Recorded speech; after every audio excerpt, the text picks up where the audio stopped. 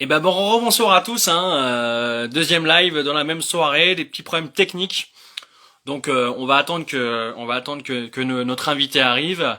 Ça nous laissera un petit peu plus de temps pour débuter l'émission. Je salue Louis et Tom. Alors Tom Bourgin-Millet aussi. On a parlé de lui hein, sur c'est un petit peu sa défaillance sur ce week-end. Alors, Clément Jaillet, on salue Clément aussi, hein, très sport santé, tout le monde est présent, c'est super. On va attendre le retour de Cédric. On a eu des petits problèmes de connexion avec une demande intempestive et volontaire, mais malheureusement c'était pas prévu, donc du coup ça a planté un petit peu le truc. Justin aussi, le marcheur que je salue aussi, ça arrive, hein, vous inquiétez pas, il y a Cédric qui va arriver, je pense. Et puis voilà, on va attaquer ça. Cédric Henry, hein, je pense que quelqu'un que vous connaissez peut-être de nom, hein, ça fait partie du milieu footballistique lédonien, donc on va en découvrir un petit peu plus avec lui. Croustibat, et ben voilà, Tom, hein, Tom, hein, malheureusement, hein, ce week-end, ça n'a pas été le cas. Mais bon, ça va aller. On salue Camille aussi qui nous a rejoint et Dominica aussi, hein, Meno, la compagne du grand basketteur anciennement de Lons et qui est maintenant à Montmoreau. Voilà, Cédric est arrivé. Et puis on va y arriver.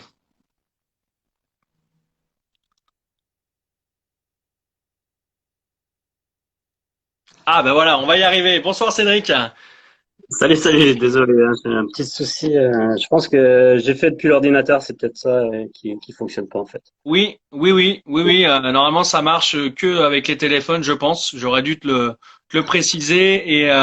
Et en plus, il faut savoir, c'est que je sais pas s'il y avait une demande en même temps et du coup, ça devait planter un petit peu. Bref, c'est pas grave. On est là. En tout cas, merci d'avoir accepté l'invitation pour le Merci à média. toi. Merci à toi. C'est vrai que, comme je le disais tout à l'heure, la Fédération française d'entraînement physique et de gymnastique volontaire, eh ben, de prime abord, ça nous dit pas grand-chose, même si c'est la septième fédération de France. Mais avant de débuter sur cette fédé, on va quand même se présenter un petit peu, ton âge, où tu viens, et puis un petit peu ton parcours, ce que tu fais, quoi. Alors, ben moi, je suis originaire de Lons-le-Saunier, hein. Ouais. Je viens plutôt du milieu du foot Ok. à la base. Et je suis au sein de la fédération. Alors, c'est éducation physique et non entraînement sportif. Éducation physique et gymnastique volontaire depuis plus de 13 ans maintenant. Voilà, donc moi je suis arrivé là un petit peu par hasard après quelques années au sein d'un club de vacances assez connu, euh, et puis des études en STAPS à Besançon. Alors Voilà. pour celles et ceux qui ne connaissent pas, et puis d'ailleurs n'hésitez pas à poser les questions, c'est le but de l'émission.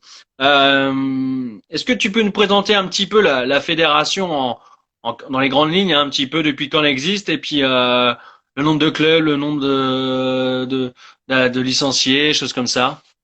Ouais, alors donc la Fédération française d'éducation physique et de gymnastique volontaire, donc qui est plus souvent connue comme Fédération de gymnastique volontaire. Elle est engagée depuis plus de 25 ans sur le sport santé. Ouais. Au sein de la fédération, on recense 6 000 clubs, plus d'un demi-million de licenciés. Donc ça, les chiffres que je te donne là, c'est les chiffres de l'an dernier. Ok. Ouais. Euh, à l'heure actuelle, malheureusement, ils sont bien en deçà. Et puis, l'idée, en fait, c'est une fédération non compétitive. Donc, on n'a pas de compétition du tout. On prône vraiment le sport santé, le bien-être physique, psychologique et social de tous les publics. Et puis, on prend la personne dans sa globalité et on préconise des activités plutôt diversifiées. D'accord. Oui, parce que c'est vrai que du coup, éducation physique, c'est un petit peu large comme chose. Ça correspond à quoi? Alors du coup, vous faites quoi? Vous proposez quoi? Alors, il y a pas mal d'activités maintenant qui sont répertoriées nous par univers. En Ouais. fait, on a l'univers plutôt énergie où dedans tu vas retrouver tout ce qui est cross training, step energy, boxing energy, fitball, fitness, euh, fitness, voilà, les activités. Alors, je sais pas si ça parle vraiment Oui, alors moi euh, je aux constate gens. qu'il y a quand même beaucoup de fit hein, dans les sports quand même. Hein. Là, on est Voilà, sur. dans tout ce qui est énergie, ça, c'est un peu ça. Donc, fitball, c'est avec les gros ballons, genre Swiss ball. Fitgliss, c'est avec des espèces de patins sur lesquels on peut faire pas mal d'activités. Le step, tout le monde connaît. La boxe aussi, donc c'est plutôt sur des chorés, des choses comme ça. Et le cross-training, ben, vous avez fait une émission la semaine dernière, Oui, on donc connaît. les gens connaissent bien maintenant. Alors Les autres activités, c'est pardon. je te coupe juste 2 secondes, Cédric, mais alors on l'a pas dit, mais dans le Jura, en nombre de clubs affiliés à votre fédération, vous êtes combien alors du coup? Alors l'an dernier, il y avait 43 clubs d'affiliés pour plus de 2700 licenciés. C'est Donc énorme. on retrouve pas mal de clubs dans les villages. Les gens souvent malheureusement ne savent pas à quelle fédération ils appartiennent, mais la petite ville, le petit village à côté, à Macornet par exemple, à côté de Lons, est affilié à la fédération. Voilà, il y en a 43 dans le Jura, donc c'est pas mal. Hum. Et, et on manque justement de visibilité, comme tu disais, on n'est pas trop reconnu, donc on essaie de travailler pour ça, et, pour que les gens commencent à dire ben oui, je fais partie de la fédération EPGV, quoi. Alors il y a Tom Bourgin-Millet, hein, c'est une des questions que j'avais posées, mais le biathlète hein, que j'ai cité tout à l'heure avec son week-end un peu catastrophique malheureusement, qui te demande quelles sont les tranches d'âge des licenciés, parce que moi j'ai gymnastique volontaire un public un peu plus âgé. Je pense que je me trompe. Est-ce que tu peux nous contrecarrer tout ça? Alors non, non, non, Non. vous ne trompez pas les deux. Ouais. Effectivement, la moyenne d'âge est assez élevée au sein de la fédération. Alors dire comme ça, c'est compliqué, mais on a une large partie de nos publics qui est plutôt senior. Hum. Malgré tout, malgré tout et l'image qu'on a, on a des cours à partir de 9 mois au sein de la fédération. Euh, donc de 9 mois, 3 ans sur des parents bébés. Et même après tout ce qui est développement moteur, 3 ans, 6 ans, 6 9 ans. Voilà, on a tout ce public enfant sur lesquels la fédération a fait un gros travail avec des nouveaux outils pour travailler sur le développement moteur. Ben, toute la partie adulte fitness, donc si je continue à énumérer un petit peu les activités qu'on peut Hum. proposer, zen en parlant de pilates, de stretching, de yoga, tout ce qui est plutôt dansé, aéromove, afromove aussi, tout ça, ce genre de choses. Et après, on a toutes les activités extérieures sur lesquelles on est répertorié, où on devient compétent, on va dire entre guillemets, avec la marche active, la marche nordique, la course à pied et tout ce qui est randonnée également. Là, on a des animateurs qui sont de plus en plus formés. On a développé cette pratique extérieure, notamment dans le Jura. On essaie de la développer de plus en plus et ça fonctionne très bien. Ouais. Voilà. Et donc, pardon. Ouais.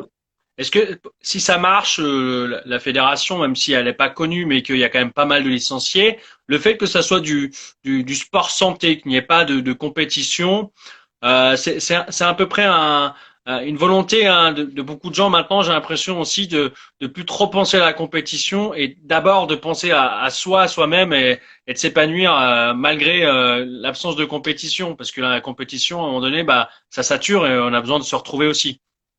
Exactement, exactement. Là, on va vraiment travailler nous sur le capital santé de la personne. Les gens, on parlait d'éducation physique tout à l'heure. Ben c'est ça en fait, c'est faire des abdos c'est bien, les faire correctement c'est mieux. Regarder des vidéos à la télé ou sur les chaînes YouTube c'est bien. Maintenant, quand on a un éducateur qui est formé pour corriger, pour donner les bons exercices. Tous les exercices ne sont pas bons à faire. Hum. Les gens me reconnaissent pour ça maintenant. Euh, on a du mal effectivement à être reconnu au départ. Maintenant, les gens qui viennent sont fidèles. Voilà. Donc c'est ça qui est intéressant pour nous et on essaie de développer ça aussi.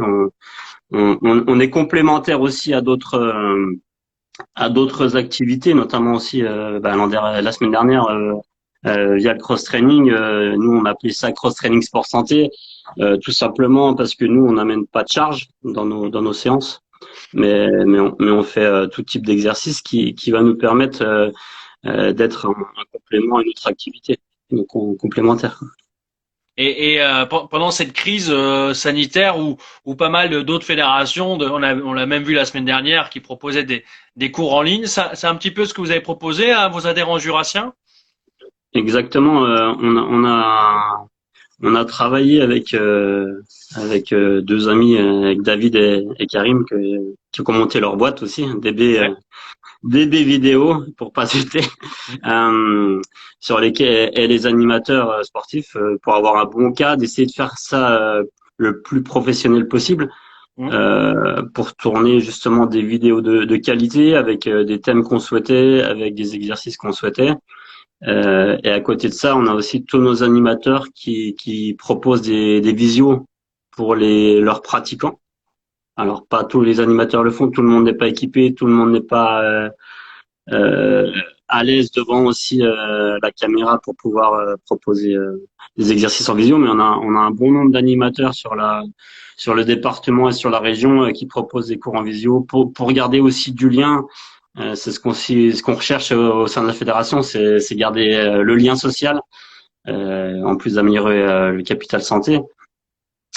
Donc les visios en font partie en tout cas. D'accord, ouais, c'est vrai que Ouais. c'est important. Et pour terminer cette première partie sur la Fédé, tu m'as parlé en amont de cette interview tu me dis ah tiens ça serait bien que tu parles d'un événement qui va arriver bientôt dans le Jura, ça s'appelle une course à obstacles qui s'appelle l'Adventure Run. Alors est-ce que C'est tu ça. peux nous en dire un petit peu plus sur ça? C'est quand, c'est où? Parce qu'avec la crise c'est pareil, ça va être compliqué. Enfin dis-moi un petit peu tout ça là. Alors oui, on croise les doigts, mais dans l'idéal, elle est programmée le 29 mai 2021 sur le centre sportif de Belsin. Ok. Donc elle a été annulée l'an dernier, mais c'était la quatrième édition qui était prévue, donc elle aura lieu cette année le 29 mai. Euh, on a monté en fait cette course d'obstacles il y a 5 ans. On a commencé sur le plateau de Montciel à Lons. On avait Ah oui, rassemblé. c'était pas l'anciennement le comment l'acrobranche, ça s'appelait comme ça, non? Non, il y avait pas un truc comme ça? Non, Non, non, c'est pas nous ça. c'est vraiment une course. Non, donc t'as encore pas participé. Ok. Après, Non. j'ai un planning et j'habite. Alors, c'est vrai que juste pour répondre à Romain qui demandait tout à l'heure un petit peu ma vie, même si tout le monde s'en moque, j'habite à côté de Vienne en Isère, donc je suis à plus de 2 heures du Jura, donc je vais pas m'embêter. Enfin, entre guillemets, ça fait beaucoup de route pour rentrer les week-ends, donc c'est pour ça. Voilà. Ah, je peux. Donc ouais, la première année, on avait rassemblé un peu plus de 500 pratiquants. L'idée pour nous au départ, c'était toujours dans un but de visibilité, de Mhm. communiquer au sein de la fédération, c'est-à-dire on parlait de gym volontaire, plutôt un public âgé. C'était aussi de montrer qu'on pouvait faire des choses dynamiques et attirer des gens plus jeunes. Donc on voulait se servir de cette course-là pour dire aussi, venez nous rejoindre sur nos cours, on sait faire des choses plutôt dynamiques et fun. Et puis, de fil en aiguille, d'année en année, on s'est aussi amélioré tout ça pour finir en 2019 avec plus de 1000 personnes sur l'événement. Ah ouais. Donc, c'est assez sympa pour un événement départemental. Bah oui, oui. Et donc là, on travaille sur le prochain événement qui, on espère, aura lieu. Donc on a une équipe autour. J'ai une stagiaire, un STAPS pendant 5 semaines qui est là, qui va nous aider aussi toute l'équipe à coordonner tout ça. Donc on essaie de mettre en place tout ce qui est par rapport au Covid, à la crise sanitaire, voir comment on peut adapter ceci et cela. Et puis aussi de mettre en place cette année par rapport à l'écologie, chose qu'on n'avait encore pas pris trop en compte dans notre démarche, par faute de temps et tout ça. Maintenant qu'on a un peu plus rodé, on aimerait aussi, c'est une activité de pleine nature, donc faire en sorte de pas trop gaspiller et puis de mettre la nature en avant également. Vous êtes combien sur l'organisation du coup? Alors le jour J, ça va rassembler plus de 70 bénévoles. Ouais. En amont, on est 3-4 Ah oui.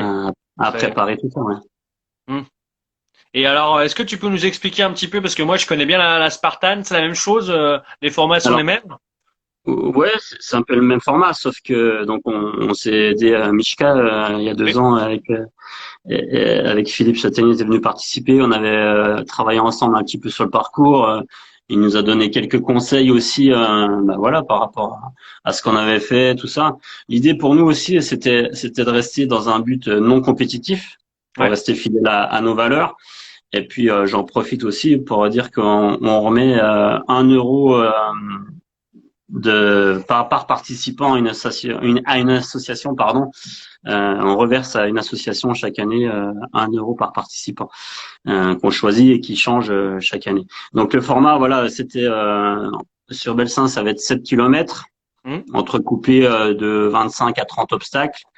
Donc il y aura des obstacles dans l'eau, il y en aura sur la terre, dans la boue, des obstacles plus ou moins faciles et qu'on peut passer à côté sans problème, sans pénalité, comme on est dans Ouais. un mode non compétitif, et plutôt convivial et centré sur l'entraide.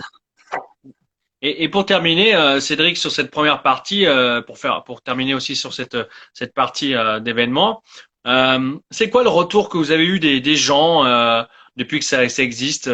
C'est quoi le retour? Alors on a des super retours, franchement, enfin on va pas se lancer des fleurs, tout ça. Ouais, ouais. Évidemment, on veut toujours s'améliorer, il y a toujours des points d'amélioration. Mais en tout cas, les gens, par rapport au format non compétitif, tout ça, aiment se retrouver. Alors cette année, on va voir comment on peut faire ça.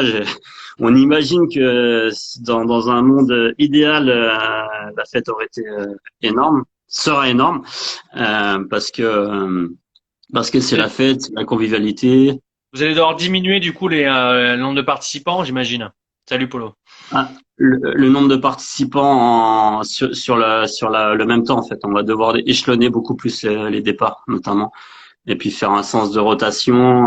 Enfin, voilà, on l'imagine comme ça. Mais, ce qui est intéressant, c'est que les gens aussi qui ont participé à la première édition, la plupart des gens ont été fidèles. Hmm. Donc, ça veut dire qu'ils étaient contents aussi. Et les retours qu'on a, c'est que ils voient jamais le même parcours. On essaie de varier les parcours chaque année, de varier les obstacles. Donc, en plus de se bonifier, on essaie de se diversifier, on va dire. Bon bah très bien. En tout cas, ce qu'on fera, Cédric, dès que tu auras plus d'éléments, n'hésite pas à me repartager les informations sur Facebook. J'essaierai de relayer tout ça pour mettre en avant l'événement. Merci en tout cas, Cédric. C'est vrai qu'on est Super. un petit peu à la bourre, mais on essaye de Merci à passer toi la pour parole à l'invitation. Père. C'est super. Et Et puis puis, bah n'hésite pas de toute façon, comme je l'ai pas dit, mais l'interview sera retrouvée sur YouTube dès demain. Tu pourras la partager avec les membres, les licenciés du département et de la région. Donc un grand merci à toi, Cédric, en tout cas. merci à toi. À bientôt. À très bientôt. Alors, tac. Alors on va poursuivre le live. Alors je sais pas si on peut. Alors normalement Cédric. Faut que tu me dises, là, du coup. Ouais ouais mais c'est un peu grossier quand même. Voilà, tac, supprimer. Voilà, on l'a supprimé d'une manière un petit peu vulgaire. Je trouvais pas le lien. On va poursuivre sur cette émission sur cette fédération avec. On va accueillir notre deuxième invité qui va nous parler de ça. Il s'appelle Emmanuel Bonaventure. Alors que d'aventure en aventure, on va diversifier un petit peu l'aventure avec cette fédération. Malheureusement, il n'est pas jurassien. Alors ça, c'est le petit défaut de la soirée. Je suis désolé, il n'est pas jurassien, Emmanuel.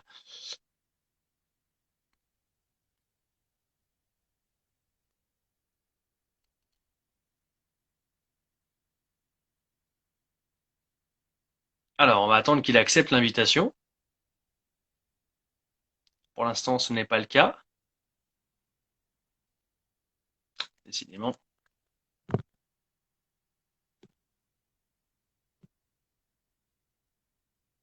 Eh ben, dis donc.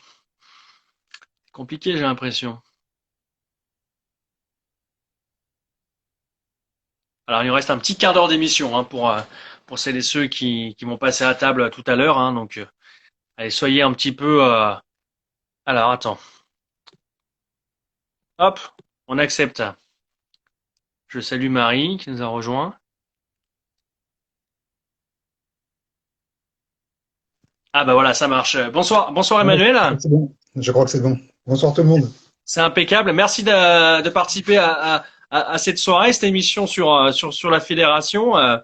Alors, c'est vrai que tu n'es pas jurassien. Alors, c'est vrai que c'est un petit peu la particularité. D'habitude, on fait des focus soit sur des athlètes jurassiens, soit sur des clubs jurassiens. Mais vu que tu étais avec Cédric, je lui dis allez, c'est bon. Ouais, mais On va l'accepter ce soir. je n'ai que du Jura dans ma cave. Bon, bah c'est très bien. Alors, toi, il m'a dit, Cédric, toi, tu es conseiller pédagogique régional au sein de la fédération, donc Ouais, Bourgogne-Franche-Comté. Il c'est ça. consiste en quoi ton poste? Alors moi, je suis à la croisée des chemins entre la formation des éducateurs et le développement de D'accord. l'activité. Donc, comme Cédric te l'a dit, hein, enfin vous l'a dit à tous, on est sur un panel de public qui est très très large, Hmm. du bébé jusqu'aux personnes âgées en maison de retraite. Et on est aussi sur un panel d'activités qui est très large. Hmm. Donc voilà, on essaie de faire croiser tout ça pour apporter des compléments de formation à nos éducateurs qui puissent aller dans tous ces domaines-là, dans tous les domaines d'activité, donc en salle et en extérieur, et vers tous les publics, Ils sont à peu de près une façon. vingtaine, non? C'est ça, hein, si j'ai bien compris ce qu'il m'avait dit. Ils sont combien d'éducateurs, peut-être sur la région ou sur le département? Je sais pas s'il y a des chiffres. Alors sur la région, on a 300 éducateurs à peu près. Ah ouais, c'est énorme. Ouais. Et sur le département du Jura, je crois qu'ils sont 40, 45. Ouais. Alors évidemment, ce ne sont pas des éducateurs à temps plein. Hmm. Il y a beaucoup comme on a un maillage territorial qui est très important. Cédric vous l'a dit, hein, dans un village de 200 habitants, on peut avoir un club avec 20 ou 25 licenciés. Eh ben, il nous faut des éducateurs qui soient en mesure de répondre sur tout le territoire. Ouais. De ce fait, il y a certains éducateurs qui ne font ça, enfin, qui font ça en activité complémentaire. Pour eux, D'accord. c'est un complément d'activité parce il est des territoires où c'est compliqué d'avoir un éducateur sportif à temps plein qui accepte de faire 40 kilomètres pour aller donner une séance de fit quelque chose dans un village, enfin dans un village qui soit à 40 kilomètres de la première du centre névralgique qui, pour le Jura, c'est Lons-Saunier, quoi. Alors on l'a dit, 35 éducateurs, Cédric précise, 35 35. éducateurs dans le Jura. On parle, même moi, hein, dans mon village en Isère, on a une section gymnastique volontaire, hein, donc il y en a partout. Il y en a Euh, partout. D'abord, c'est quoi, si tu peux nous expliquer la gymnastique volontaire? Parce qu'on a fait une émission il y a quelques semaines sur de la gymnastique artistique. On connaît aussi la gymnastique rythmique, mais c'est quoi la gymnastique volontaire? Alors, ce qui fait, en fait, ce qui fait l'importance de notre fédération et du Hum, mot, c'est surtout l'éducation physique. Cédric a insisté là-dessus. Alors, hum, gymnastique volontaire, c'est vrai qu'au départ, alors, le sport santé, comme l'a dit Cédric, on est dessus depuis 25 ans, où hum. on a vraiment mis ce projet-là comme un réel projet politique, hein, appuyé par les dirigeants de la fédération. Mais c'est une fédération, autrement, qui existe depuis 130 ans maintenant Ah ouais, puisqu'on est une émanation de tout ce qui était gym suédoise, tout ce qui est gym hygiéniste avec Hébert, avec l'hébertisme, avec la gym naturelle et tout ça. Donc tout ça, ça a été regroupé sous le nom de gym volontaire d'accord. parce qu'on est issu de ces grands courants. Alors pour ceux qui ont fait STAPS et de la formation et des cours sur l'histoire du sport en France, eh bien, on est l'émanation, en fait, l'éducation physique et la gymnastique volontaire, c'est la résultante de tous ces grands courants qui ont été tour à tour hygiénistes, méthodes naturelles, Enfin, voilà, on est l'émanation de tous ces mouvements-là, et ça a été regroupé sous le terme de gym volontaire. Mais pour nous, effectivement, le cœur du métier, c'est l'éducation physique, parce que ben, on souhaite vraiment que les activités qu'on propose, elles soient au service de la personne.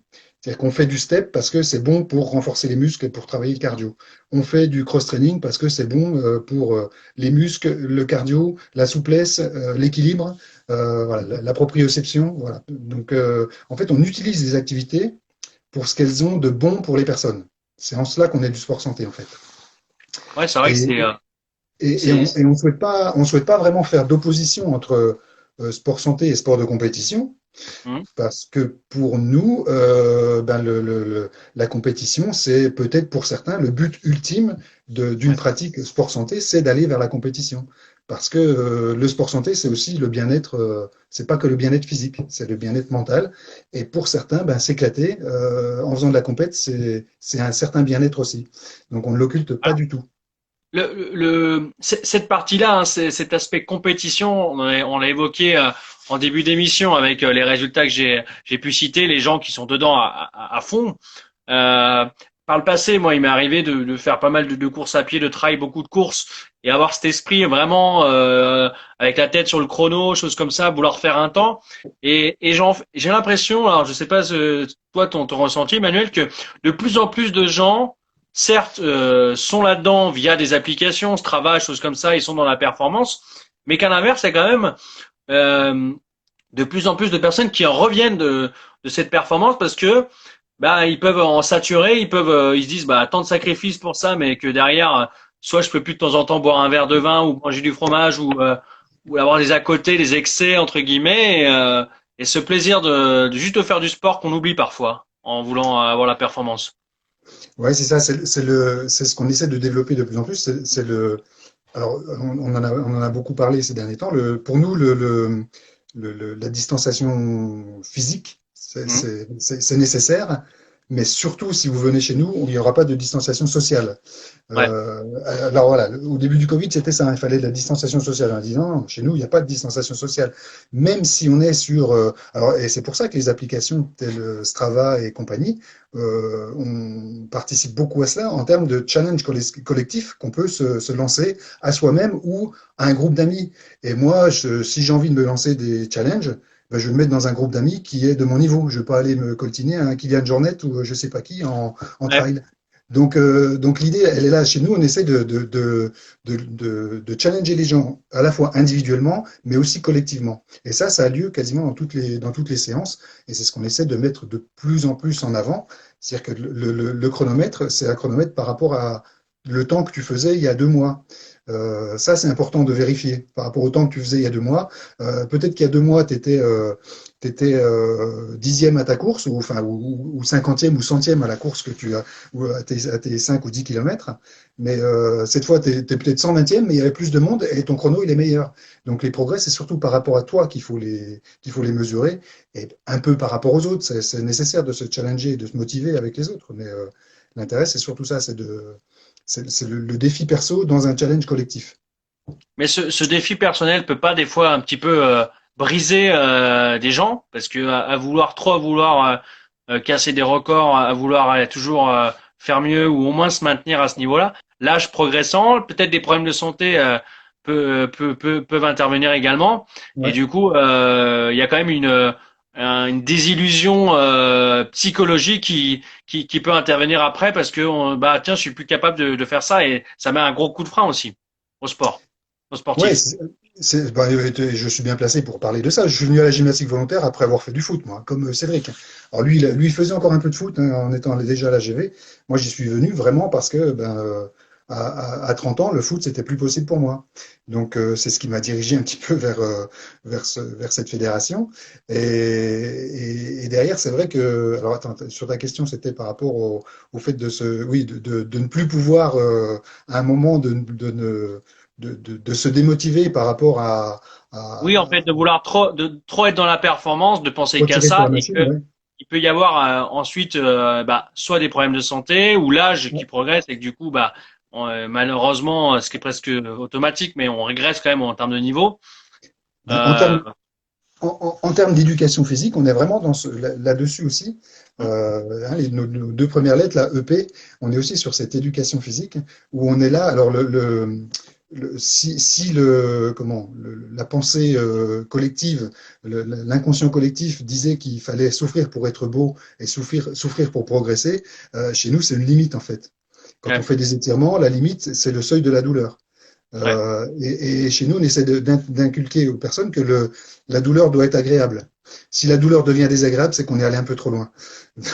Alors, c'est pas du tout masochiste que de dire ça, mais je ne sais pas si quelqu'un, si parmi les auditeurs, certains ont déjà expérimenté le côté agréable de la douleur, mais c'est ça, c'est le goût de l'effort, oui, il faut bien sûr sentir que le corps travaille, mais la douleur doit rester très très supportable. Et en tout cas, c'est une première alerte. Quand on commence à avoir mal, quand on commence à avoir un bobo après 15 km, pour certains, ou pour d'autres après 3 km, et ben c'est peut-être la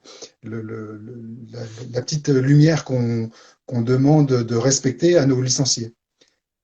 Je salue Vincent, alors qui nous a dit Jean-Marc Gaillard, effectivement, on a parlé Tour de ski tout à l'heure, Jean-Marc Gaillard, deuxième du Tour de ski, mais bon, malheureusement, il n'est pas jurassien, Jean-Marc Gaillard, mais Oh, le pauvre. il fait souvent des stages sur Prémanon, choses comme ça, donc bon, on va le considérer comme jurassien d'adoption, on le félicite. C'est vrai qu'aujourd'hui, à l'instar de toutes les autres disciplines, on note à peu près un 30% de baisse de licenciés dans les fédérations. Vous, sur votre fédération, vous êtes à combien? Eh ben, on s'est fixé cet objectif Ouais. de récupérer au moins les 3/5 de nos licenciés de l'année dernière. Et là, on est en passe de l'atteindre, mais c'est très très compliqué. Si le fin février, on n'a pas une autorisation de rejoindre les salles et de réunir des groupes, pour cette année, ça sera une année blanche, quoi. Autant l'année dernière, on a pu tenir parce que effectivement, les licences étaient déjà prises quand on Mhm. fonctionne en saison. Cette année, si ça ne rouvre pas après les vacances de février, enfin, ça sera pas une année blanche parce qu'on va s'occuper des 3/5 ou des 2/5 qui sont avec Ouais. nous. Mais c'est vrai que ça devient très très compliqué. Alors là, pour le coup, on arrive sur des enjeux économiques au niveau de la fédération, mais c'est vrai que ouais, il faut qu'on se diversifie. Il va falloir qu'on trouve d'autres façons de rendre service alors je vais pas dire aux peu de licenciés, mais aux licenciés qui nous ont encore fait confiance cette année. Il va falloir vraiment qu'on soit très fort pour leur rendre des vrais services, malgré le confinement, malgré la nécessité de travailler l'impossibilité d'encadrer des groupes à plus de 6 personnes dans une forêt de 50 hectares. Voilà, c'est tout ça qui fait que il va falloir qu'on soit très très inventif. On le voit d'ailleurs, Emmanuel, c'est vrai que le sport amateur souffre énormément. Ils mettent souvent dans les médias, hein, ils ont maintenu bien sûr le sport professionnel parce que le sport professionnel, entre guillemets, c'est un business, mais on peut quand même dire que le sport amateur reste un business et même s'il n'y a pas les droits télé, c'est quand même un business, le sport amateur, et c'est aussi un bien-être, le fait de priver les gens de faire du sport. Il y a beaucoup de gens qui dépriment aujourd'hui. Ah oui, Même si on peut les courir, hein, mais le fait d'aller dans son club, moi je vois le tennis de table ou même pour les autres, de voir les autres pratiquants, d'échanger, ça on l'a plus et c'est vrai que psychologiquement ça a un impact. Hein. le rôle à ce côté social, on disait tout à l'heure, distanciation physique, oui, mais lien social aussi. Et on perd ce lien social et on se démotive forcément. Enfin, je pense que certains se démotivent. Et effectivement, si on n'arrive pas à retrouver la possibilité de retrouver les copains dans un club, qu'il soit un club de loisirs, un club de compétition amateur ou quel qu'il soit, eh bien, effectivement, on risque d'avoir un problème de santé publique d'ici quelques années. Alors ça a été d'ailleurs relevé il y a quelques semaines par un prof d'éducation physique au lycée qui avait demandé à l'époque de faire courir peut-être pendant 20 minutes des lycéens ou des collégiens et que très très peu avaient réussi à tenir pendant 20 minutes ou 25 minutes, je sais plus la durée. Ah ouais, Euh, on se rend compte vraiment que les jeunes, enfin, pratiquent de moins en moins le sport ou en font moins et du coup, comme tu le dis, il y a un vrai danger de santé publique. Et je pense que ça peut passer aussi par votre fédération qui propose une autre manière de faire du sport aussi. Ben, on est sur cette autre manière de faire. Alors là, pour le coup, avec les enfants, Hum, Cédric disait tout à l'heure qu'on a trouvé un petit peu des choses un petit peu innovantes. Et c'est vrai qu'avec les parents bébés, donc vraiment les tout petits, les 9 mois, 3 ans, ce qu'on essaie d'inculquer, c'est des habitudes de vie qui soient saines. Et apprendre des habitudes de vie saines, ça se fait à partir de 2 3 ans. C'est-à-dire que si ouais. les parents ont cette culture de l'activité physique, je ne parle pas de sport, hein, vraiment simplement de l'activité physique, culture de l'activité physique et qu'ils la transmettent à leurs enfants, et ben si les enfants ont déjà cette habitude de faire de l'activité physique à 9 mois, 2 ans, 3 ans, 4, 5 ans, et ben derrière, c'est des jeunes qu'on risque de retrouver dans des clubs de sport et Hum, qui risquent de développer un peu moins de maladies chroniques ou de maladies cardiovasculaires quand ils seront adultes. Donc, ces habitudes, elles se forgent dès le plus jeune âge. Et là, ben, effectivement, on passe à côté de certaines étapes primordiales dans le développement de l'enfant et de l'adolescent, hein, parce que derrière, ben, les problèmes d'obésité, de surpoids, voilà, on est tout proche derrière les Américains. Il ne faut pas ah ouais, se voiler la c'est vrai. face. On regarde les Américains, puis on dit, bah, ça, c'est des Français dans 20 ans. Si on continue comme ça. Donc Hum, là, il y a des profs de sport qui alertent là-dessus, parce qu'ils sont vraiment en contact, eux, de la population adolescente. Et il y a un professeur aussi, un médecin, le professeur Toussaint, qui, je ne sais pas si vous l'avez vu parler récemment, ça me parle, ouais, ouais, ouais, ça me parle, ouais. rechercher une intervention du professeur Toussaint sur YouTube, où il dit, mais là, on court à la catastrophe par rapport à cette... on empêche les gens de faire du sport, alors qu'on sait que c'est le premier médicament, c'est l'activité physique. Donc, quel dommage, quel Les, dommage. On est les en train nombreuses, de perdre. les nombreuses vertus du sport. Alors, c'est le parallèle,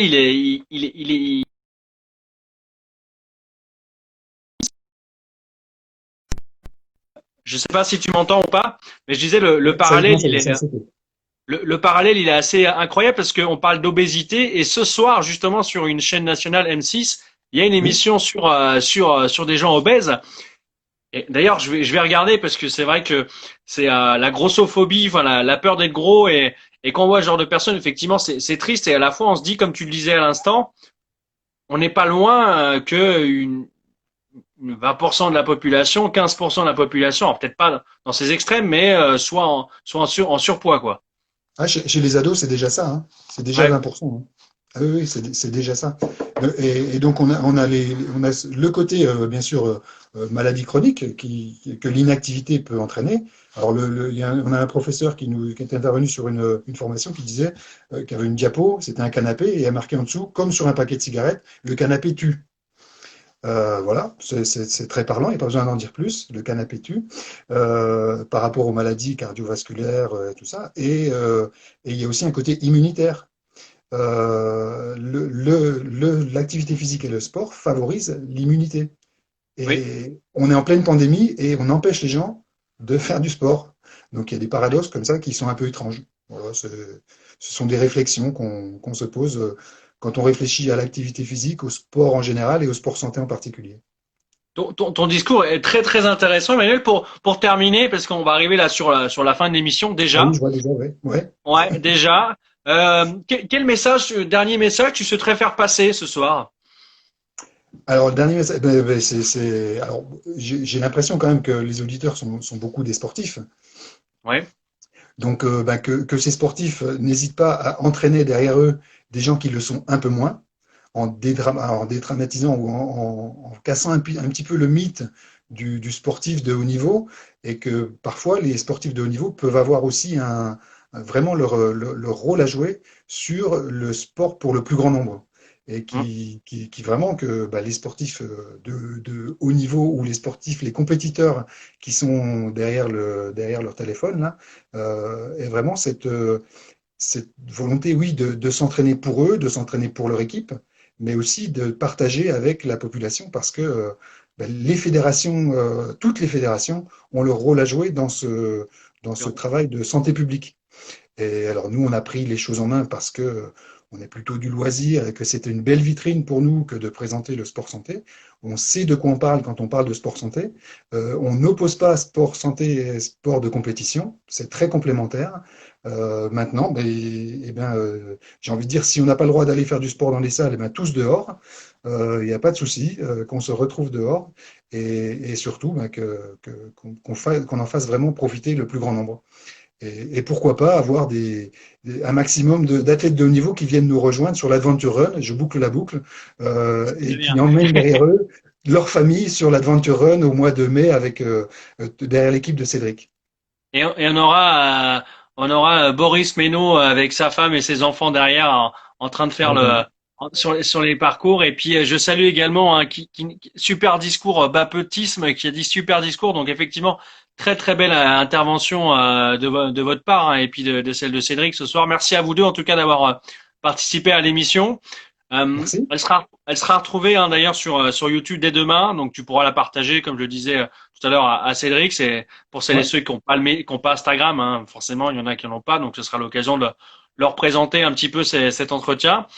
Et puis pour t'informer aussi, Emmanuel, c'est que la semaine prochaine on a déjà notre invité normalement, ça sera une handballeuse professionnelle jurassienne qui est du côté de Toulon. Donc je vous en dirai un peu plus dans la semaine, et puis de toute façon on suivra les résultats des Jurassiens et des Jurassiennes cette semaine, parce qu'il y en aura certains. Donc voilà. Mais en tout cas, merci à toi, merci à Cédric encore, et puis bonne soirée à vous en tout cas. À bientôt. Merci à tout le monde, à bientôt. Ciao.